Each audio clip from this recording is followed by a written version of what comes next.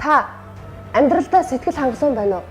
Агаар нь бохирдсон, аюулгүй байдал, эрүүл мэндийн баталгаагүй, хүүхдэд ээлгүй, хөгшдийг гадуурхсан, хүнлэг бус нийгэмд амьдрсаар байх уу? Ард түмний амьдралын чанар сайн бол улс орны уртын зорилго биелэх учиртай. Үйлдэл үгнээс чанга сонсогддог байтал уртгаа хийдэггүй, урамлаа хөдлөхөөс өөр шидгүй, дүрмгүй, хуйлгүй, сэтгэлгүй, шудраг бус сонголт хийсээр байх уу? Учир нь би тантай адил Улаанбаатар хотын иргэн, ээж, эхнэр, бас охин. Одоо өөрчлөлт хийх цаг нь болсон. Би шийдсэн. Би зөвхөн өөрийнхөө бус өөр олон хүмүүсийн амьдралыг чанаржуулах шийдлийг олсон. Би ажлаа дараа нь биш, одоо хийн.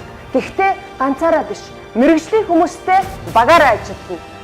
Баян зүрхчүүдээ, та бүхний зүрх хэр баян бэ? Маргаашийн худлаа амлалтыг бус өнөөдрийн үнэн үйлдэлийг сонгоорой.